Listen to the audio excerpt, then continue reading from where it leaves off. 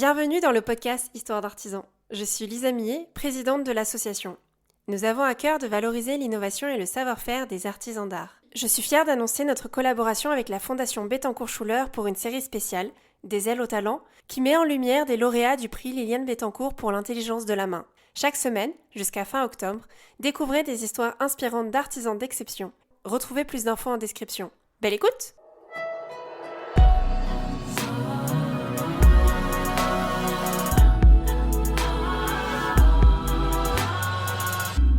Des ailes au talent.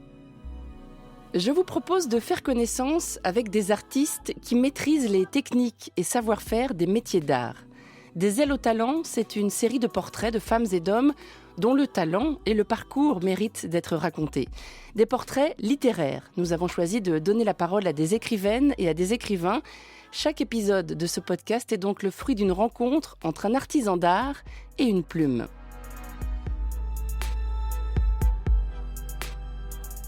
L'autrice que vous allez entendre dans cet épisode, c'est Léna Gare. Elle tire le portrait de la brodeuse Aurélie Lanoiselet. Vous écoutez la 3e saison des ailes au talent. Soyez les bienvenus.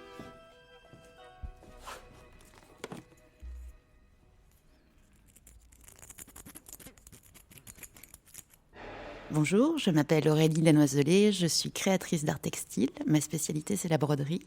J'ai eu le prix pour l'intelligence de la main de la Fondation Bettencourt-Schuller en 2009.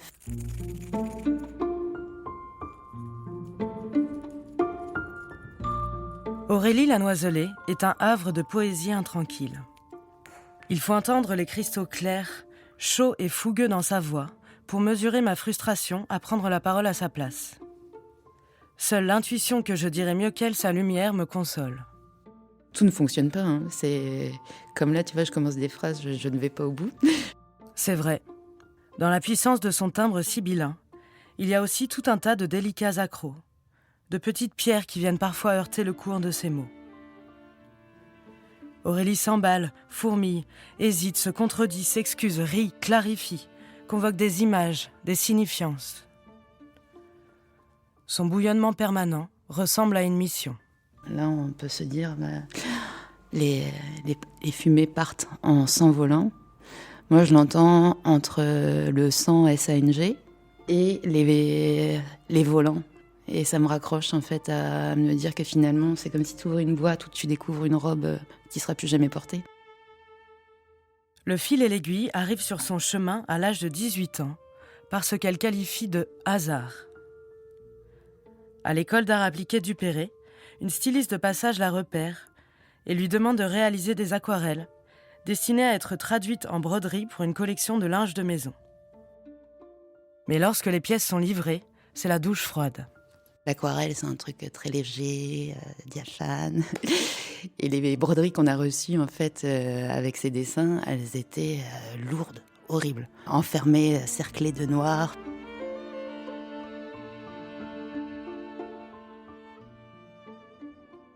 Cette impossibilité à supporter que sa vision soit trahie lui donne envie de franchir le mur, de comprendre comment fonctionne la broderie. Elle, qui aime pourtant travailler vite, en grand, découvre un geste extrêmement dur, laborieux, ingrat, comme un non-choix, comme on part en pénitence. Elle rosit de gêne quand j'emploie le mot « vocation ». Elle dit « pragmatisme ». Il y a du boulot dans le linge de maison et elle a besoin d'être indépendante financièrement. Elle s'obstine à l'école, répète assidûment les techniques de point, aussi nombreux et nuancés que la gamme des couleurs. On peut les superposer, changer d'échelle, varier les fils, les rythmes, les hauteurs, les épaisseurs. Dans sa bouche, la broderie est un jeu, un monde de gestes à inventer, une esthétique des possibles. Mais en art appliqué, la frontière est souvent mince entre créativité et arrogance. Et à Duperré, sa curiosité débordante passe mal. Ainsi de l'or bleu, sa pièce de fin d'études, un vêtement ouvrier jonché d'or, construit comme une cathédrale, en doublant les hauteurs pour se rapprocher du divin, et exposé couché, comme un gisant. Extinction de voix générale à l'examen, où on la prend pour une espèce de catho communiste engagé. Ça a été, je sais pas, comme une histoire d'amour où tu comprends rien quand tu te fais larguer en fait. La maison Carven, elle, ne s'y trompe pas, lui demande de décliner son modèle pour 2 pièces de défilé la saison suivante. Aurélie dit être devenue indépendante comme ça, par manque de temps pour se poser la question. Le hasard encore, alors que tout chez cette femme montre qu'elle n'aurait jamais supporté d'obéir à quiconque. Sa carrière dans la haute couture démarre vite et fort. Les plus grandes maisons se murmurent son nom. Balmain, Givenchy, Dior, Christian Lacroix, Schiaparelli, Valentino. Aurélie aime l'idée de concevoir un ouvrage infaillible. Et voilà, c'est tout. Le mot luxe, ou même prestige d'ailleurs, serait grossier dans sa bouche. Aurélie, elle, parle de révélation pour l'indigo par exemple, ou de son émotion inaltérable à caresser de la mousseline de soie. Son book est une collection de centaines d'échantillons de matières brodées, qu'elle nomme ses expérimentations personnelles. Cet acharné de travail peut passer 350 heures sur un modèle, encaisser sans broncher les volte-face des stylistes. Aux artisans, la virtuosité technique, aux créateurs, la responsabilité esthétique. La forme, c'est pas ça qui m'intéresse, c'est la matière et c'est ça qui est génial. Aurélie a viscéralement besoin de creuser, tester, agglomérer, coudre, découper, transformer la substance. Tout est subliminal chez elle, jusqu'à la brume dans son regard doux. Elle voit en chaque tissu l'âme d'un potentiel textile. Alors évidemment, après 10 ans de loyaux services pour la haute couture, elle s'use, trépigne, tente l'ailleurs, le Grand Nord canadien, où naissent ses enfants. Mais elle n'est faite ni pour la vie à domicile, ni pour le froid, ni pour les grands espaces vides. Cap sur la Belgique, où elle investit le numéro 17 de Zaventem Atelier, une friche industrielle réunissant artisans du cuir, du verre, du bois, du bronze, de la terre crue, du papier peint ou du sel. Ce joyeux laboratoire est une véritable bouffée d'oxygène. Quand on se frotte en tant qu'humain, on se découvre des points de porosité et en fait ça donne envie de faire d'autres choses. Elle adapte sa technique à une multitude de nouveaux terrains de jeu. La maroquinerie, le design, la photo, l'ardoise, les luminaires, la tapisserie, les bijoux. Elle progresse au dialogue, à l'intuition, en cédant des trésors conservés dans ses précieuses malles. J'ai toujours eu tendance à ramasser tout ce que je trouvais. Comme la pipe, tu sais, qui est attirée par ce qui brille. ou tiens, voilà, un objet abandonné qui a toujours eu une petite histoire, en fait. Ouais. Aurélie fait confiance à l'absolu de son geste, s'abandonne à son inépuisable quête de sublimation. Elle commence des choses, fait fausse route, mais trouve un truc intéressant. Donc elle recommence autrement, elle recommence mieux. Elle ne pose son aiguille que lorsqu'elle est convaincue d'avoir enfin atteint la justesse visuelle. Dans ses mains, un tube à aérosol devient un hippocampe. Un sac poubelle, un fil de lurex. Des papiers de bonbons, des sequins. On ne sait jamais quand on commence, quand est-ce qu'on va dire là, ça y est, c'est terminé. Mais c'est quand tout fonctionne, en fait, au niveau de l'œil, du toucher, de ce que tu as voulu dire. Ça, c'est le côté... là, tu le vois, quoi. Aurélie se qualifie volontiers d'obsessionnelle, aime les échanges préliminaires à une collaboration, mais plus encore le silence et la solitude. Une manière d'être toujours d'accord avec elle-même. Elle confesse une préférence pour les tissus souples, en veut parfois au cuir et à sa rudesse. Elle rampe dans les sensations, cherche au toucher les points d'entrée, tâtonne dans les épaisseurs, s'abîme souvent le bout des doigts qu'elle ne peut pas protéger. Aucun projet ne se ressemble, et rien ne la réjouit plus que d'inventer des solutions connues d'elle seule. Moi, j'aime bien les accidents, en fait. Je me sers souvent des accidents comme du petit supplément d'âme. Ah, les accidents. Ce désir très profond et très beau de réparation parcourt toute l'œuvre d'Aurélie. Les titres de ses œuvres sont des univers de consolation tissulaires à eux seuls. Mes perles me tâchent, mémoire vive, ceux qu'il nous reste, merveilleux d'après nature, Ophir, maman. Entre oui et presque oui, il y a tout un monde.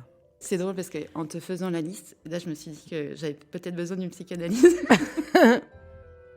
Quand je m'aventure à creuser le symbole, à évoquer la polysémie du mot tissu, familial, social, elle admet pudiquement qu'il y a sans doute beaucoup à comprendre de son travail en allant fouiller les sous-couches. Bien sûr, dédier sa vie à tenter de rassembler des tissus disjoints ne peut pas dire autre chose que le choix du combat. Et c'est au contact du public qu'elle s'aperçoit enfin du potentiel subversif de son geste. Depuis 2018, elle montre ses pièces lors d'open workshops à Zaventem Atelier et découvre avec une circonspection amusée les réactions ambiguës suscitées par ses créations. Le Léviathan, par exemple. Une robe blanche grouillante et vertigineuse, magnétique et terrifiante, juchée sur un buste d'enfant. Certains visiteurs sont très mal à l'aise devant ce corps infantile soudain désirable. C'est l'intention. D'autres y voient une somptueuse robe de baptême. Il y a des gens qui vont aller au-delà du cliché ou du truc, ou qui vont essayer de comprendre. Il y en a qui vont pas chercher. Et tant mieux. En fait, ça fait un peu le ménage. Aurélie s'agace pour la forme, mais au fond, l'innocence présumée de son art est son plus précieux pouvoir, sa justice secrète, son cheval de Troie. Elle sourit en rappelant que le point de croix était un enseignement obligatoire pour les fillettes jusqu'en 1972. De là, probablement, l'imaginaire coquet et docile qui auréole aujourd'hui encore la broderie, souvent associée aux fleurs, aux chatons et aux alphabets. Elle se délecte de jouer de ses préjugés misogynes et condescendants pour attirer les regards vers un discours beaucoup plus engagé. Le fil, là, l'aiguille, c'est une épée pour moi. Et une toute petite épée, donc, qui essaye de transpercer la matière. S'il faut des paillettes et de la dentelle pour que les gens s'approchent, eh bien tant mieux, très bien. Elle maîtrise et mise sur l'irréprochable résistance de son travail pour faire jaillir les véritables questionnements. Mais elle va bien la dentelle en fait. Elle est super solide et elle est bien accrochée et il n'y a pas de problème. Et oui, quand on atteint la moelle de son œuvre, il reste ça, évidemment. La permanence de la matière en réponse à l'éphémère du corps sur terre. Le besoin de donner chair au sacré, comme une main du présent tendue vers ce qui n'est plus, mais voudrait exister encore un peu. Voilà la mission d'Aurélie Lanoiselet. Mue par l'urgence de magnifier tout ce qui finira par disparaître, elle conjoint l'espace-temps des humains. Rien de moins. Mais je suis sans doute bien trop lyrique à son goût. Faut se détendre, quoi. Ça va sauver personne. Après, moi, c'est plus des questions. Je me dis, une fois qu'il y a un truc qui me travaille un peu trop, je préfère le mettre en chose. Il est là, je l'ai posé, je peux passer à autre chose.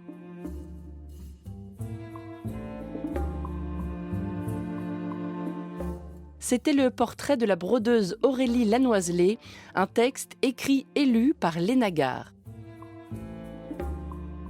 Des ailes au talent est un podcast de la Fondation Bettencourt-Schuller, réalisé par le studio Radio France en collaboration avec les éditions Gallimard.